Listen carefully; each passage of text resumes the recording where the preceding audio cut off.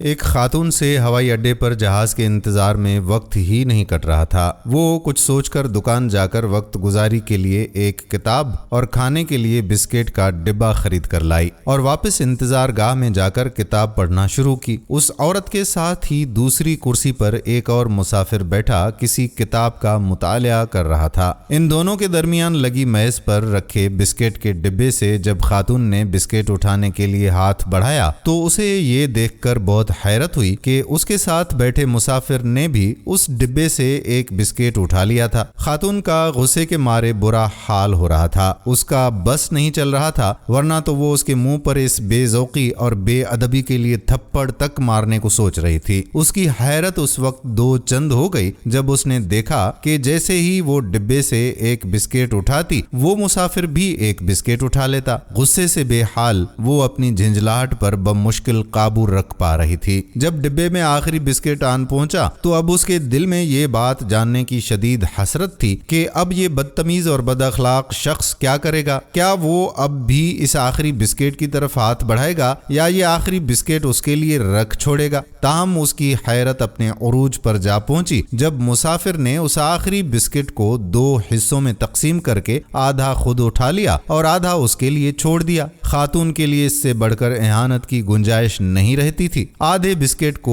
وہیں ڈبے میں چھوڑ کر کتاب کو بند کرتے ہوئے اٹھ کر غصے سے پاؤں پٹکتے ہوئے امیگریشن سے ہوتی ہوئی جہاز کی طرف چل پڑی۔ جہاز میں کرسی پر بیٹھ کر اپنے دستی تھیلے کو اس میں سے اینک نکالنے کے لیے کھولا تو یہ دیکھ کر حیرت سے اس کی جان ہی نکل گئی کہ اس کا خریدا ہوا بسکٹ کا ڈبہ تو جوں کا توں تھیلے میں بند رکھا ہوا تھا۔ ندامت اور شرمندگی سے اس کا برا حال ہو رہا تھا۔ اسے اب پتا چل رہا تھا کہ وہ ہوائی اڈے پر بسکٹ اس شخص کے ڈبے سے نکال کر کھاتی رہی تھی۔ اب دیر سے اسے محسوس ہو رہا تھا کہ وہ شخص کس قدر ایک مہذب اور رحم دل انسان تھا جس نے کسی شکوے اور ہچکچاہٹ کے بغیر اپنے ڈبے سے اسے بسکٹ کھانے کو دیے تھے۔ وہ جس قدر اس موضوع پر سوچتی اسی قدر شرمندگی اور خجالت بڑھتی جا رہی تھی۔ اس شرمندگی اور خجالت کا اب مداوا کیا ہو سکتا تھا؟ اس کے پاس تو اتنا وقت نہ تھا کہ جا کر اس آدمی کو ڈھونڈے، اس سے معذرت کرے، اپنی بے ذوقی اور بے ادبی کی معافی مانگے یا اس کی اعلیٰ قدری کا شکریہ ادا کرے۔ دوستو، اسی لیے کہتے ہیں نا کہ کسی کے بارے میں رائے قائم کرنے میں جلدی نہیں کرنی چاہیے، کیونکہ ضروری نہیں کہ آپ کی قائم کی ہوئی رائے ہی ٹھیک ہو۔ امید کرتے ہیں کہ آپ کو یہ ویڈیو اچھی ضرور لگی ہوگی اور اپنے دوستوں کے ساتھ اسے شیئر بھی کریں گے۔ آنے والی ویڈیو تک اپنے میزبان قادر بخش کلہوڑو کو اجازت دیجیے۔ فی امان اللہ۔